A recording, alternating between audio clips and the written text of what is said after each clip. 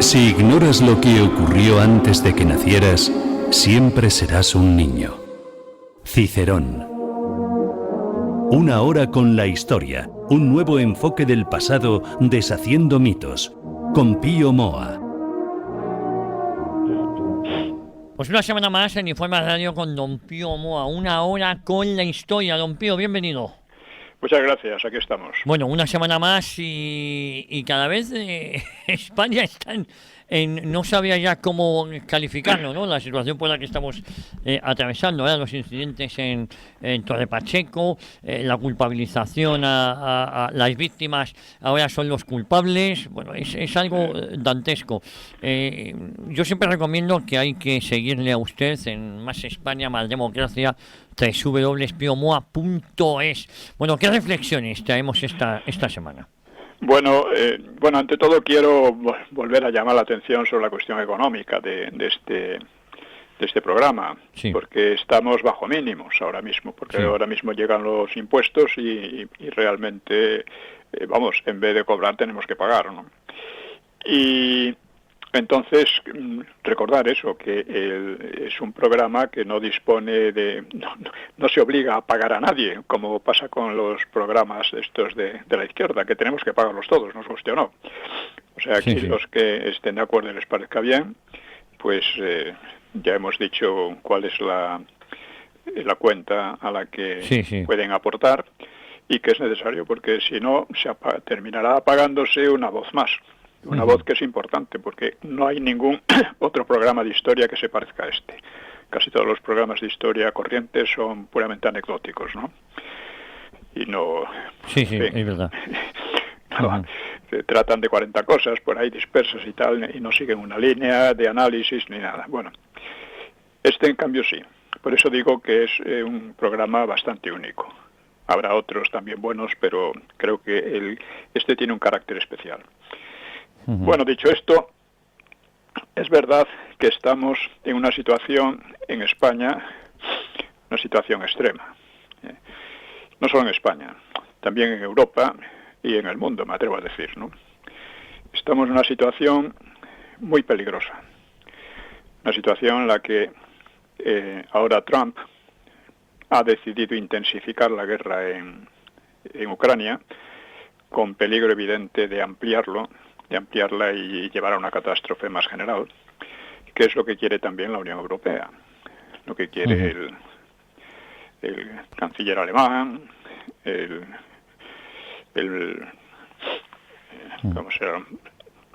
inglés, el francés, etcétera, que todos ellos parece que les ha dado un ataque de locura y no creen que pueden derrotar a Rusia.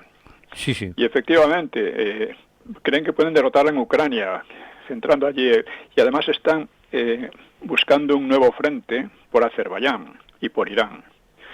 Me interesa decir que estas acciones de la OTAN y de la Unión Europea son acciones criminales. Son acciones criminales porque la OTAN nació como una organización defensiva frente al expansionismo soviético y se ha convertido en una organización agresiva al servicio pues fundamentalmente de la anglosfera, de USA e Inglaterra, que tienen un interés muy grande en fragmentar a Rusia en definitiva, ¿no? Rusia lo ven como un peligro, a pesar de que la Unión Soviética desapareció hace mucho tiempo, a pesar de que es un país económicamente débil, y lo han venido provocando pensando que no podía reaccionar y tratar de provocar una crisis interna que divida al país en definitiva y de explotar a las minorías étnicas, ¿no? Hay que decir que dentro de esta política, no solo en relación con Rusia, ¿no?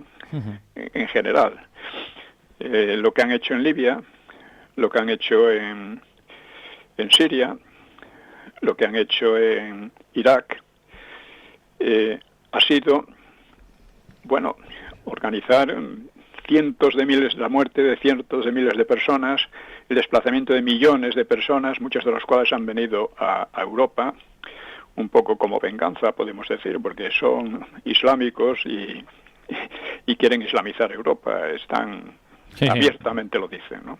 No es que lo inventemos nosotros como una acusación gratuita, ¿no? Y un efecto de eso son cosas como las que estamos viendo en España, ¿no? Estas peleas, que son más que peleas, son disturbios generales. ¿Por qué? Porque se sienten ya fuertes, ¿eh? No es lo mismo tener aquí a 10.000 o 100.000 musulmanes disueltos un poco en la población, que bueno, no pasa nada. Pero cuando son cientos de miles o llevan 1 millón, etcétera, ya forman sus barriadas, sus lugares en los que ya no rige ni la cultura ni la ley de aquí, ¿no? Y esto ha sido fomentado por todos estos gobiernos. Gobiernos como los que están preparando la guerra en Europa, a través de Ucrania. Bueno, pues la OTAN ha destruido completamente a estos países en nombre de la democracia, que es lo más gracioso, gracioso se quiere ver así. Porque cuando lo de Irak, yo me tragué a medias aquello que se decía, que era contra un régimen genocida, pero siempre los regímenes a los que atacan resulta que siempre son genocidas, siempre son dictaduras terroríficas y no sé cuántas cosas más, pero que ellos allí van a derrocarlos y a instaurar la democracia. Bueno, la democracia consiste en la destrucción total de esos países, convertirlos en estados fallidos y en guerra civil permanente, o con el triunfo de gobiernos verdaderamente terroristas islámicos, como los que hemos visto en Libia, en Siria o en Irak. Entonces, esta es la liberación que nos vienen proponiendo. Y para España en particular, la OTAN tiene un significado muy particular porque España está invadida, ellos que hablan tanto de la invasión de Ucrania, España está invadida en una zona estratégica clave para nuestra defensa, que es Gibraltar. Además, estamos amenazados por... solo este hecho muestra que Inglaterra, que es, digamos, la segunda al mando en la OTAN, que Inglaterra no es nuestra amiga y no tiene la menor intención de ser nuestra amiga. Su intención es permanecer allí a toda costa, por muy humillante y por muy perjudicial para los intereses político-militares españoles, ¿no? Para la estrategia española. Ellos pretenden estar allí. No son amigos. Pero es que además tenemos a Marruecos, que es otro estado que resulta que tampoco es amigo, porque aspira a quedarse con Ceuta y Melilla, eso de entrada, y probablemente con Canarias y muchas cosas más. Es un régimen que se considera heredero de los imperios medievales, el almohade en particular, que ocupó gran parte de España en su tiempo y retrasó la Reconquista, y que además su gente viene con la idea, con el recuerdo de Al-Ándalus y del imperio almorávide, no, sobre todo el almohade, ¿no? Almohade. Entonces, pues, esta es la realidad que hay que ver. Porque generalmente aquí, cuando se analizan estas cosas, nos centramos en aspectos económicos o de detalle o anecdóticos de lo que está pasando, sin ver, un análisis político realmente preciso tiene que basarse en la perspectiva histórica, porque si no todo se pierde detalles y anécdotas, ¿no? Bueno, pues estamos en esta situación. Para nosotros la OTAN es un elemento, bueno, después de la caída del Pacto de Varsovia, antes era un elemento de protección. Nosotros ayudábamos a proteger a Europa Occidental y USA nos protegía también a nosotros, porque la única protección real que podía haber frente al expansionismo soviético era la que venía de USA, nos gustara o no nos gustara. Así que aquello cambió por completo y actualmente lo que debe plantearse es la neutralidad de España. Muchos dicen, es que es muy difícil eso. Bueno, mucho más difícil fue en la Segunda Guerra Mundial. La Segunda Guerra Mundial, estuvieron a punto de invadirnos por un lado y por otro. Y sin embargo se mantuvo. se mantuvo la neutralidad. Y la neutralidad actualmente es lo mismo que soberanía, es lo mismo que independencia, y en caso de que las cosas se pongan muy mal y empiece una nueva guerra europea, es sinónimo de supervivencia. Nadie lo dice, yo no me explico cómo nadie lo dice, no me explico cómo están hablando en toda la Unión Europea de ampliar la guerra, de prepararse una guerra general con Rusia, que Rusia no amenaza en absoluto, como ellos dicen, ¿no? Y, bueno, pues aquí nadie dice nada. O sea, esto parece que aquí en España se vive una especie de limbo en el que no afectan para nada lo que pasa en el resto de Europa o en el resto del mundo. Bueno, pues entonces estamos en esto. Hay un peligro creciente, primero porque Trump es un hombre impredecible, es un político con mentalidad de, como diríamos, de empresario, sí. hasta un nivel un poco repulsivo, como cuando ante lo que está pasando en Gaza, que es la destrucción total de una zona en la que viven 2 millones de personas, convirtiéndolo en algo inhabitable, pues habla de convertir en una riviera, en un centro de vacaciones. Oiga usted, piense un poco lo que está sucediendo allí y el problema que está creando Netanyahu. Sí, claro. Porque Netanyahu lo que quiere es eliminar una limpieza étnica de Gaza y luego de Cisjordania. Y eso, aparte de que es imposible que lo consiga, pues en la medida que lo consiga, porque durante un tiempo puede que lo consiga, pues va a crear unos odios y unas algo que en lugar de asegurar la supervivencia de Israel, va a crearle un problema mayor. Bueno, entonces tenemos esto. ¿Hay un peligro real de guerra mundial? ¿De guerra en Europa? Lo hay porque lo están diciendo y lo están preparando. El Starmer y todos esos están hablando de que están preparándose ya para la guerra con Rusia. Oiga, pero Rusia no. Para Rusia Ucrania es fundamental, pero el resto de Europa no. Es más, Rusia es un país con unos presupuestos militares que son mucho menores que los de simplemente las 3 potencias más importantes de Europa occidental. Con un PIB que es inferior, es como la 4ª parte del de la Unión Europea. O sea, ¿qué amenaza? Además, un país que lo que le está costando la guerra de Ucrania, la va ganando, es cierto, pero la va ganando muy lentamente y a un coste muy alto. O sea, como para tener ganas de meterse todavía en más. Sin embargo, a estos países, a la OTAN, a la Unión Europea, le importa hacerse la víctima a futuro, ¿no? Es que nos van a atacar, dentro de 5 años nos van a atacar. Bueno, ¿pero dónde sacan eso?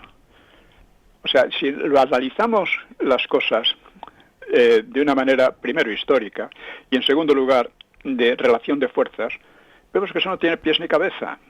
Entonces, ¿a qué aspiran? Tienen una aspiración que viene de muy lejos, que es a fragmentar Rusia, porque Rusia es un país muy grande y potencialmente muy rico, y que además tiene unos recursos enormes, y todo eso le viene muy bien a los que gobiernan en estos países. Les viene muy bien la esperanza de conseguirlo, ¿no? Ya digo, han creado el problema en Ucrania y lo están creando ahora en Azerbaiyán y en Irán, que allí es un problema también muy grave, porque el objetivo tanto de Israel como de la OTAN en Irán no es un cambio de régimen, como decían, es reducirlo a la misma situación que Libia o que Siria. Y para eso tienen ventajas. En primer lugar, Azerbaiyán está colaborando mucho con el Mossad, está colaborando mucho con la CIA, está colaborando mucho con el MI6 inglés, en fin. Y en una política abiertamente antirrusa. Y como una gran parte de Irán es de población azerí, de población como turca, pues están tratando de crear allí una especie de guerra civil. Es a lo que van, para disgregar la nación por completo, etcétera, ¿no? Además, en eso están interesados también los turcos, porque es una población de origen turco, ¿no? Así que nos vamos a encontrar con esos problemas. Eso dejando aparte el problema de China, ¿no? El problema de China que es fácil ver que las primeras maniobras de Trump con respecto a Rusia pues venían un poco en el sentido de aplacar a Rusia para separarla de China. Pero a Rusia la han empujado ya hacia China y no puede volverse atrás. O sea, uno de los enormes crímenes, vamos a decir, de la OTAN y la Unión Europea es expulsar a Rusia de Europa y empujarlo hacia Asia, que concretamente es hacia China. Y China es una superpotencia. Es decir, si analizamos las relaciones entre unos sucesos y otros, entre unas potencias y otras, vemos que el peligro de guerra general es mayor que nunca. Okay. Es mayor que nunca después de la Segunda Guerra Mundial. Ahora, que llegue a materializarse, esperemos que no, porque quieras que no, todo el mundo sabe que, por ejemplo, que Rusia tiene armas nucleares suficientes para destrozar a sus adversarios y ser a su vez destrozada, claro, esa es la cuestión. O sea, durante la Guerra Fría había un acuerdo de la mutua disuasión por el terror. Es decir, si tú me atacas, te destruyo. Y a su vez soy destruido. O sea, entonces, pues esa situación parece que está cambiando, que se hacen las ilusiones de que pueden destruir a Rusia de alguna manera, ¿eh? Y claro, eso, ya digo, una de las cosas más graves ha sido expulsar a Rusia, que quería europeizarse cada vez más, que tras la caída del Imperio Soviético, Rusia hizo propuestas de entrar incluso en la Unión Europea e incluso en la OTAN, y los mataron a paseo, literalmente, ¿no? Oiga, pues no les queda otro remedio que ir en otra dirección. Y además, como ni son tontos, ni son un país insignificante, o sea, por mucho que muchos dicen, es que el PIB de Rusia es poco más que el PIB de España, así que es un país muy débil. En parte sí, pero Rusia tiene una tecnología de primera fila. Una tecnología y una ciencia que han desarrollado en ruso, no en inglés, como aquí lo poco que se hace aquí en España, ¿eh? Es decir, es una potencia con mucha fuerza en muchos aspectos, ¿eh? O sea que no se puede analizar simplemente por el número de la cantidad de dinero que generen al año, ¿eh? Bueno, pues, en fin, quiero hacer este breve análisis de una serie de cuestiones que son muy preocupantes, y eso cuando pasamos ya a España es una situación de putrefacción total. Y quiero también mirarlo desde la perspectiva histórica, que siempre se olvida, ¿eh? La perspectiva histórica es que en 2002 Aznar decidió anular el referéndum de diciembre de 1976, anularlo de hecho, sin mencionarlo siquiera, pero anularlo de hecho. Que el referéndum decidió que la democratización tenía que venir desde el franquismo y no contra el franquismo, y solo podía venir desde el franquismo porque la oposición antifranquista siempre fue mucho más antidemocrática que el franquismo, ¿eh? Esto es muy importante tenerlo en cuenta. Pues eso, al bueno de Aznar, pues dijo, vamos a liquidar eso y vamos a sumarnos a la versión político-histórica del PSOE y de los separatistas. Los malos aquí eran Franco y los suyos, eran los nacionales, eran los que ganaron la guerra. Esto ya, mucha gente no se da cuenta, se cree que esto es una anécdota. No, hombre, no, esto es un enfoque de principio que condiciona todas las políticas que siguen de ahí. Esto lo veía muy claro, desde luego, los separatistas y el PSOE, ¿no?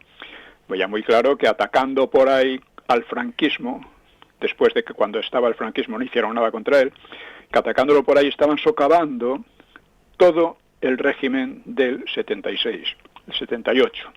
El 78 ya sabemos que tenía muchos defectos, pero en principio era democrático y en principio, que es aún más importante, mantenía lo esencial del franquismo, de la herencia franquista. La unidad nacional, etcétera, ¿no? Atención especial a la cultura católica, la monarquía, etcétera. Entonces, Claro está, si todo eso viene del franquismo y tú atacas al franquismo, estás atacando todo lo demás. Eso lo veían muy bien el PSOE y los separatistas. Pero durante un tiempo el PP, con Fraga, etcétera, Sí. pareció que no, que era una oposición real. Bueno, dejó de serlo en 2002. Entonces el régimen entró en involución política hasta llegar al actual golpismo. Y esto significa que ese régimen ya no existe. Con la amnistía dejó de existir ya abiertamente, ¿no? Entonces, ¿qué es lo que en qué situación estamos ahora? Pues estamos en una situación de putrefacción por una parte, que recuerda mucho a lo que ocurrió al final de la República con el Frente Popular, de putrefacción del régimen, de anulación de las leyes realmente. Las están pisoteando tranquilamente, abiertamente, ¿no? Y de tendencia hacia un nuevo régimen. Claro, el régimen antiguo no se puede mantener. Es necesario revisar la Constitución a fondo, cambiarla o cualquier cosa por el estilo. Mejor revisarla que cambiarla, porque aquí ya tenemos no sé cuántas constituciones y siempre pasa lo mismo, ¿no? Pero revisarla a fondo, en particular la cuestión de las autonomías en fin, todo esto, ¿no? Y bueno, pues esto es lo que se plantea.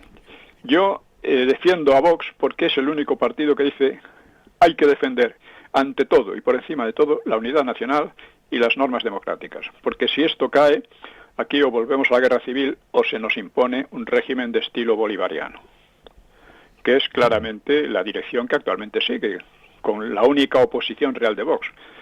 Porque PP y PSOE en todas las políticas esenciales son exactamente iguales. Bueno, pues esto es una situación española crítica de verdadera putrefacción. O sea, tenemos un gobierno, tenemos un presidente del gobierno relacionado con el negocio de la prostitución homosexual, con un falso doctorado, rodeado de una serie de gente como él, puteros y de todo tipo, ¿no? Este es el gobierno que tenemos. Sí. O sea, eso nunca se había visto. Yo creo que en ningún gobierno europeo o occidental, pues el presidente es un fulano que tiene un doctorado, que ha falsificado su doctorado y que está relacionado, pero muy directamente, con la prostitución, con el negocio de la prostitución homosexual y no homosexual, porque de ese negocio él ha vivido al principio, ¿no? Ha vivido en el sentido de que el suegro le ha pagado pisos, etcétera, ¿no? Bueno, eso uno lo piensa un poco y dice, pero ¿hasta dónde hemos llegado? Bueno, pero todo eso va con todo lo demás. Este fulano es ante todo un antifranquista, también lo es Feijóo, desde luego, es un antifranquista con un partido que no lucha contra el franquismo, pero que lucha ahora para hacer otras cosas, para volver a una situación muy parecida a la del 36. Esto es lo que tenemos en España. Y lo que tenemos en Europa es un plan para ampliar la guerra de Ucrania hasta volverla europea. Tengamos esto muy en cuenta, porque es lo que define la situación. Sí. Bueno, pues ante este panorama, que no es lo que se puede decir muy optimista, pero es la realidad, ¿no? Pues podemos continuar con el tema que es el franquismo, ¿no? Es el año del franquismo. El tema que veníamos tratando, ¿no? Habíamos hablado de la polémica entre Calvo Serer y Laín Entralgo, y cómo, digamos, Laín Entralgo se aproximaba al punto de vista de Ortega y Gasset, que negaba en cierta medida la historia de España. Decía, ¿cómo es que España no consigue nunca darse una situación política con la que pueda estar de acuerdo todo el mundo? Bueno, esto ha pasado en muchos países, no es una cuestión solo de España, ¿no? Y en otros países ha llevado a guerras mundiales, o sea que tampoco hay que ponerse tan dramático, ¿no? Y por su parte Calvo Serer pues mantenía la postura de Menéndez Pelayo, de que España era consustancialmente católica y que como eso se perdiera, aquí España desaparecía, ¿no? Se disgregaría, ¿no? Tenemos que, comentábamos algunos aspectos de esto, conviene recordarlo, que la cosa no es tan simple, ¿no? Hace ya mucho tiempo que la Iglesia, bueno, sectores importantes de la Iglesia, sectores dirigentes de la Iglesia, pues han potenciado, han fomentado los separatismos. Así que tampoco... lo de consustancial hay que distinguir entre Dios y el César, ya lo dijo Jesucristo. Al César lo que es de César y a Dios lo que es de Dios. Bueno, pues con las posturas de Calvo Serer coincidieron escritores importantes, como Antonio Fontán, como políticos, ¿no? García Escudero, José María Pemán, Raimundo Paniker, de entonces, y otros a menudo ligados al Opus Dei o a los jesuitas. No es que todos los del Opus Dei o los jesuitas defendieran esas posturas, pero eran las que dominaban en su medio, ¿no? Y con las contrarias estaban Julián Marías, estaban falangistas como Antonio Tobar o Dionisio Ridruejo, etcétera, ¿no? Estos dos, o sea, Tobar, Ridruejo, Laín, pues habían simpatizado mucho con la Alemania hitleriana e incluso habían deseado intervenir en la guerra a su lado, ¿no? Y vale la pena constatar que los aperturistas orteguianos, porque eran más aperturistas, trataban de ganarse a los escritores del exilio, ¿no? Pero encontraron allí un rechazo simétrico al de los partidarios de Calvo Serer. Los Calvo Serer querían excluir a todos los que no fueran muy católicos, siguieran un poco el sistema de Menéndez Pelayo en fin, sobre todo de Menéndez Pelayo, ¿no? Y por otra parte, pues eso, si ellos rechazaban a todos los del exilio rechazaban a todos los orteguianos. Así que el aperturismo, que con la revista, ¿cómo se llamaba la revista? Escorial. La revista Escorial, de la que hablamos la semana pasada, sí. Exactamente. Con eso agruparon a mucho de lo mejor de la intelectualidad española al momento, que era muy importante. Siempre se habla del páramo cultural. Ya quisiéramos que tuviéramos actualmente algo así, ¿no? Que era muy importante, pero que era rechazada en el exterior. Pero aquí los había, en parte eran falangistas, en parte no eran falangistas, incluso había antifalangistas, pero allí tenían un espacio en el que debatir, que eso es lo propiamente democrático, si vamos a decirlo de alguna manera, ¿no? Bueno, pues por otra parte, los antiorteguianos, los de Calvo Serer, etcétera, pues claro, aspiraban a retomar la tradición española del siglo de oro y abrir un nuevo siglo de oro. Porque, según decían, España se había, o sea, con la llegada de los Borbones, pues con el afrancesamiento, pues había perdido su propia tradición y eso era la causa de su decadencia. Pero la verdad es que no consiguieron abrir un nuevo siglo de oro. No es que fueran autores desdeñables, pero tampoco fueron una cosa del otro mundo, vamos a decir, ¿no? Tampoco lograron corregir la política del régimen, porque es decir, el régimen no excluyó a Ortega ni a los exiliados, se siguió publicando mucho, Ortega siguió trabajando con toda libertad y escribiendo, y muchos de los exiliados, o por ejemplo, pues se seguían editando sus libros, ¿no? De muchos que estaban en el exilio. Uno de ellos, precisamente, el que fue aquel del que hicieron la bandera principal las izquierdas, ¿no? El asesinato de, ¿cómo se llama? Joder. Del poeta en Granada, García Lorca. García Lorca. Sí, efectivamente. Sí. Pues se seguía publicando. Es decir, que la política del régimen no iba del todo ni con unos ni con otros. Bueno, pues tanto Laín como Calvo pues iban a seguir una trayectoria similar. Se distanciaron del franquismo hasta extremos un tanto furiosos, en el caso de Calvo, ¿no? Colaborando ahí con Rodibérico en el exterior y atacando al régimen franquista de una manera feroz, ¿no? denigrándolo y tal. Y también por parte de Laín hubo una evolución atacando al régimen, denigrándolo, en una línea típica antifranquista, ¿no? Laín creía que en España había reinado un especial cainismo, que es una idea tan divulgada por los europeístas como ignorante de la historia europea, ¿no? Parece que los del resto de Europa estaban siempre muy acordes entre ellos, de una manera muy productiva y tal, ¿no? Y en 1981, Laín condicionaba la convivencia a una pública confesión de errores y crímenes en la guerra civil por los dos bandos. Claro, como le hizo ver el historiador Ramón Salas Larrazábal, pues se trataba de una pretensión sentimental, un poco beata y vana. En gran parte de Europa, no solo en España, hubo en el siglo XX guerras civiles, con las correspondientes violencias, y de lo que se trataba era de entender cómo habían llegado y qué se jugaba en ellas, qué se jugaba en la guerra civil. Precisamente ahora, acabamos de pasar el 18 de julio, casi todas las historias se pierden en detalles, en aspectos secundarios, etcétera, ¿no? Lo esencial es qué se jugaba en ellas. Basta tener en cuenta lo que era el Frente Popular como una alianza de separatistas y sovietizantes para entender lo que se jugaba.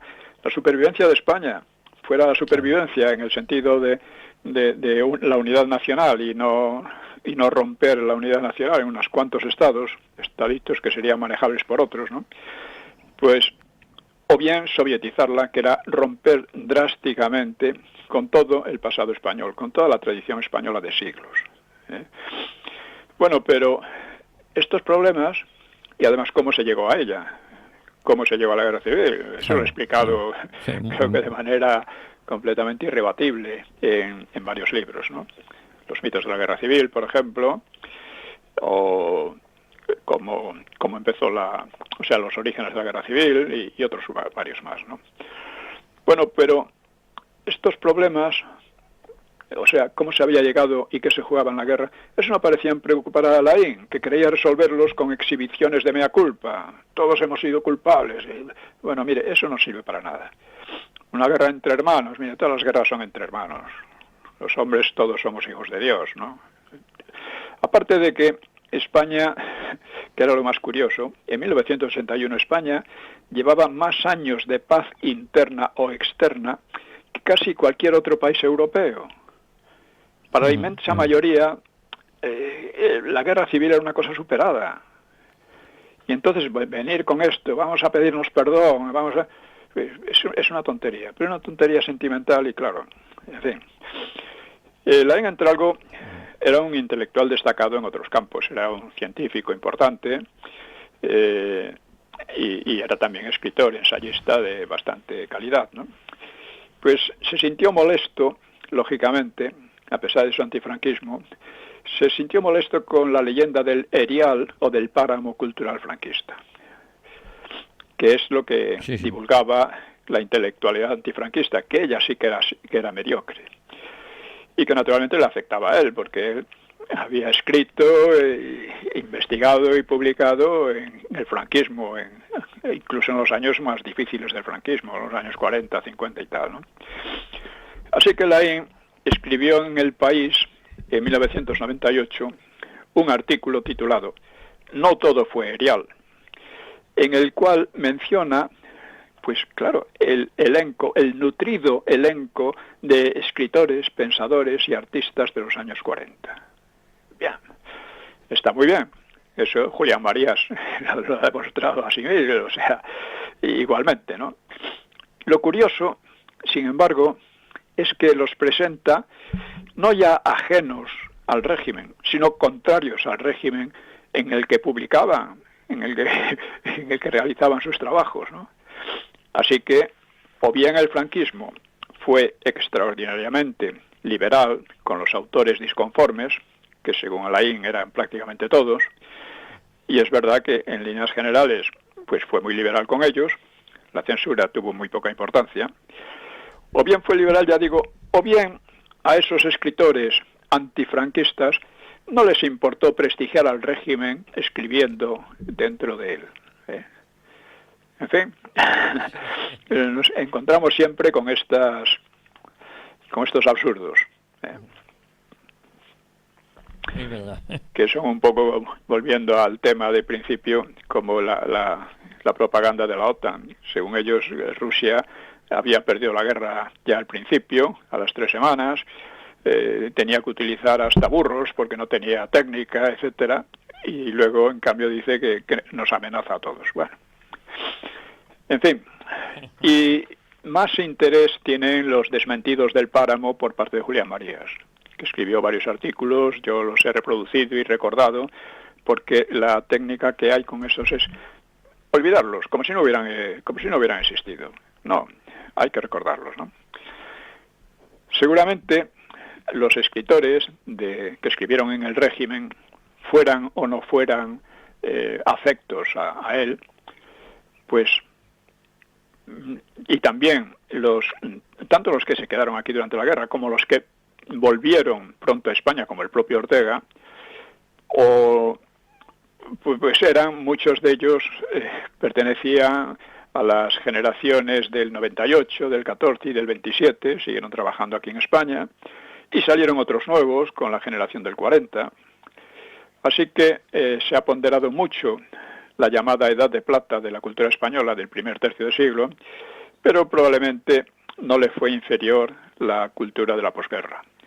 Es algo que se necesita estudiar de nuevo, dada la masa de desprestigio político que ha sufrido, ¿no? En la realidad, la vida cultural, como la política, no siguió las directrices ni de Laín ni de Calvo, ni del tipo de Laín ni del tipo de Calvo, es decir, tipo Ortega o tipo Menéndez Pelayo. Aunque las dos produjeron una cultura relevante, pero en lo fundamental, la cultura de España por entonces seguiría sus propias dinámicas, poco politizadas y poco o nada perturbadas por los gobiernos. Bueno, cambiando un poco de tema, decíamos ya en otra sesión que el franquismo se proponía superar al comunismo y al liberalismo.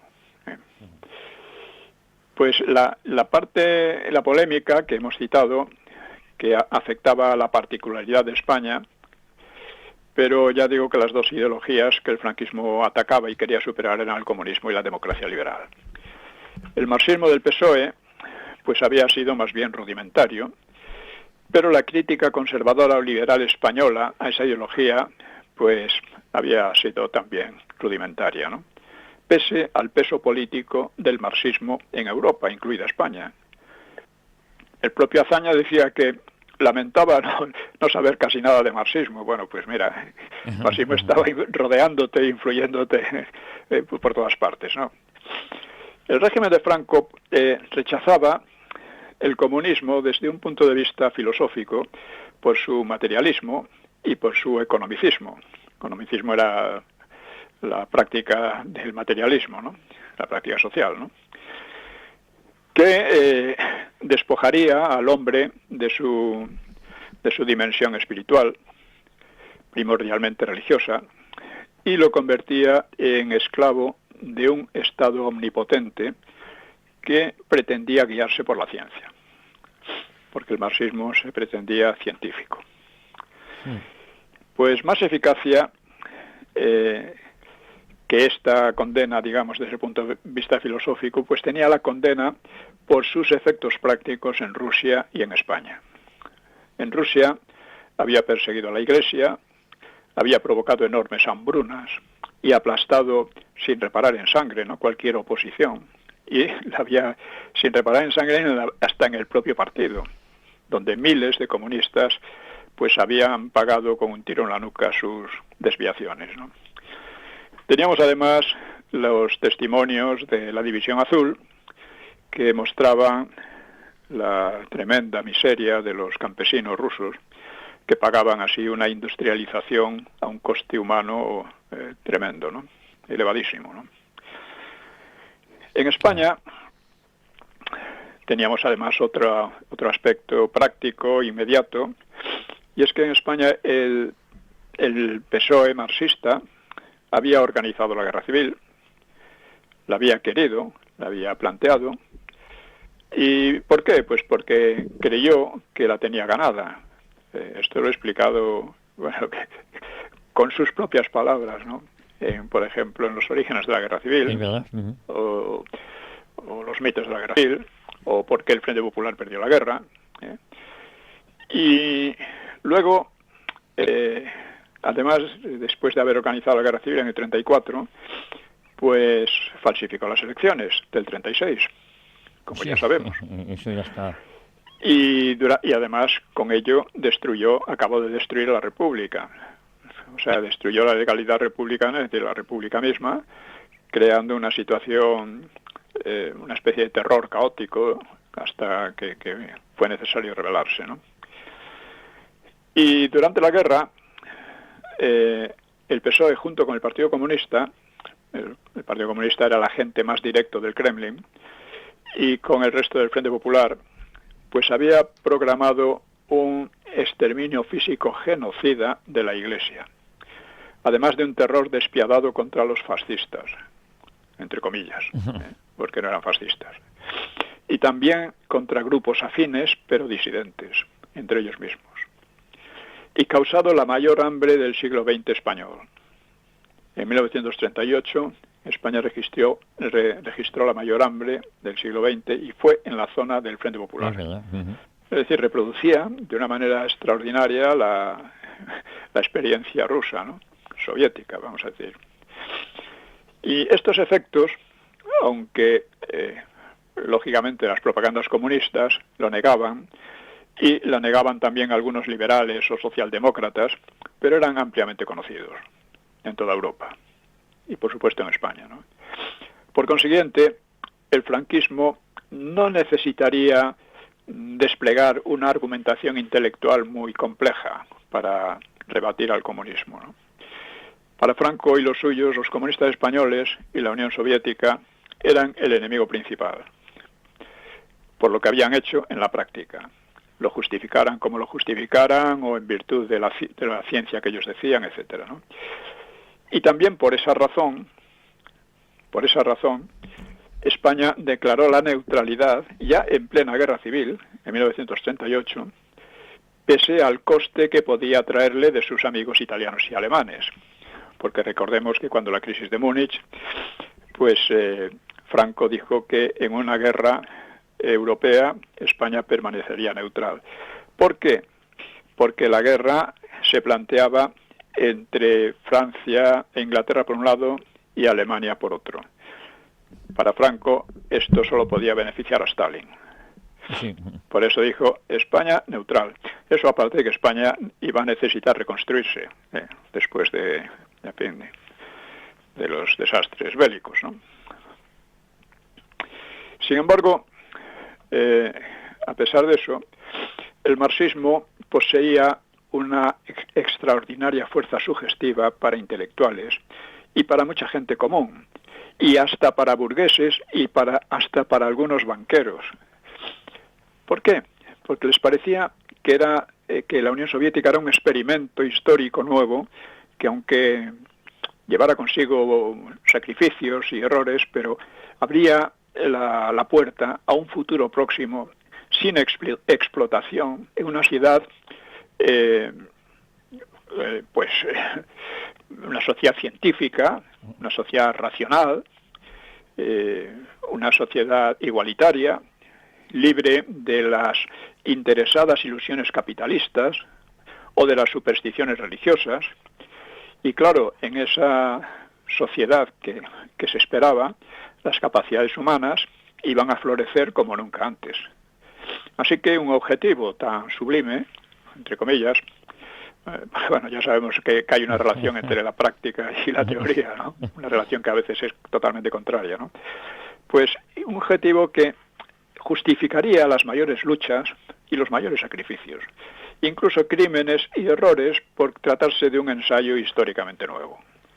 Hasta entonces todas las sociedades, según el marxismo, eran sociedades de explotación del hombre por el hombre.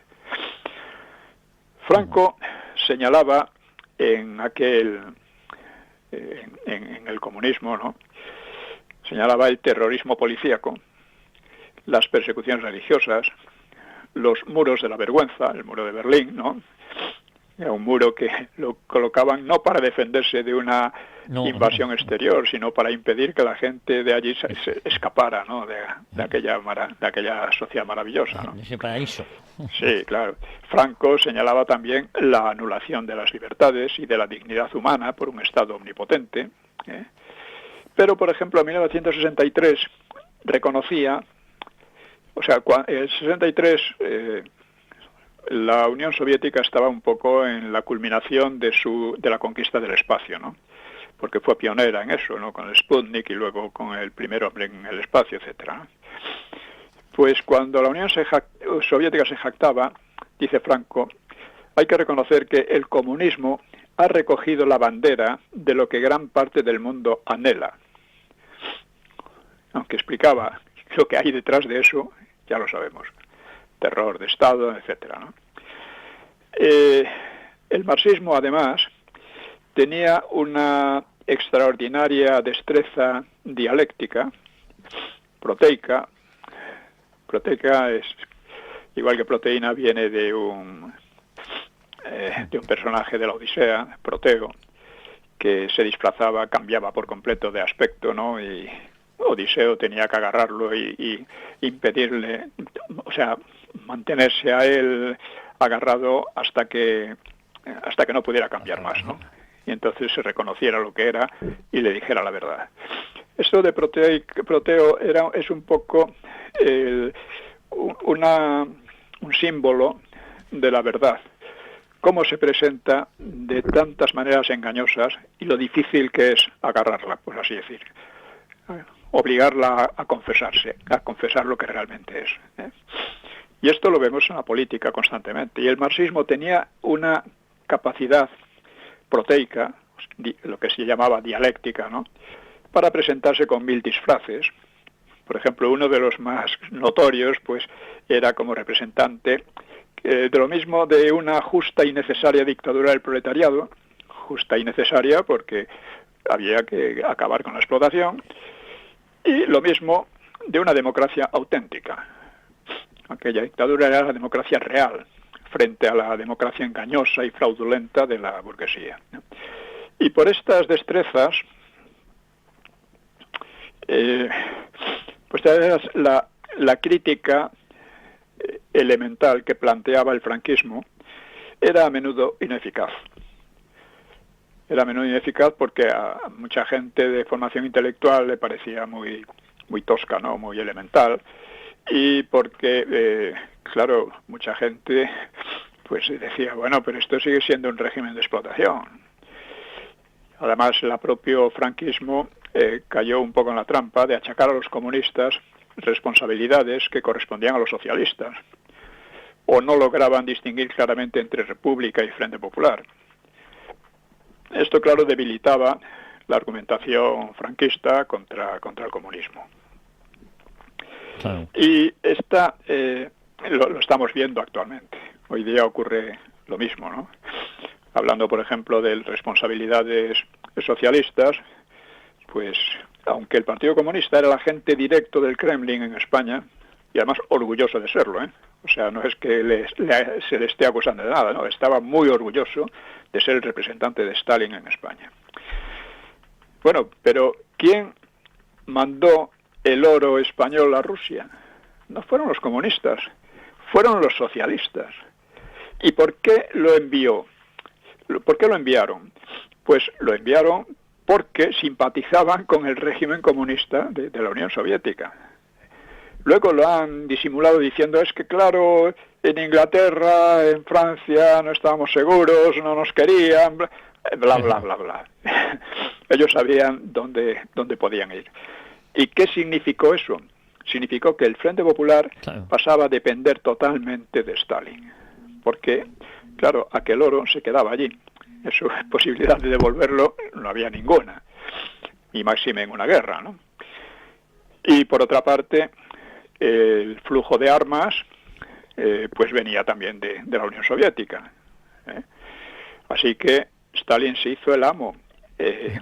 Yo tuve una polémica con Moradiellos, sí, uno de estos historiadores En fin. De combate. De combate de la izquierda. No es de los peores, pero vamos, en fin, es ridículo, ¿no? Que decía que Franco había ganado gracias a la ayuda alemana e italiana, que había sido superior a la ayuda soviética. Dije, mire, no, sabemos que fue, por los estudios de Larrazábal, que son muy concretos y muy documentados, sabemos que el flujo de armas fue aproximadamente igual, por un lado y por otro. Lo que pasa es que en algunos momentos eran más eficaces, eran más modernos los aviones y las armas soviéticas, que las italianas o las alemanas. O sea, los aviones, al principio, los aviones soviéticos eran mejores que los otros, ¿no? Después los alemanes fueron superando, los rusos volvieron a mantenerse al nivel, etcétera, ¿no? Los tanques las tanquetas alemanas e italianas eran ridículas. Tanques reales con cañón, con artillería, eran las soviéticas, los soviéticos, perdón. Sí. Entonces, yo le decía, vamos a ver, ni los alemanes, ni aparte de que fue más o menos igual, aunque el Frente Popular pagó mucho más caras aquellas armas que las que tuvo que pagar Franco a Alemania e Italia, aparte de eso, la cuestión fundamental no es esa. Podían haber tenido más armas unos u otros, es lo de menos.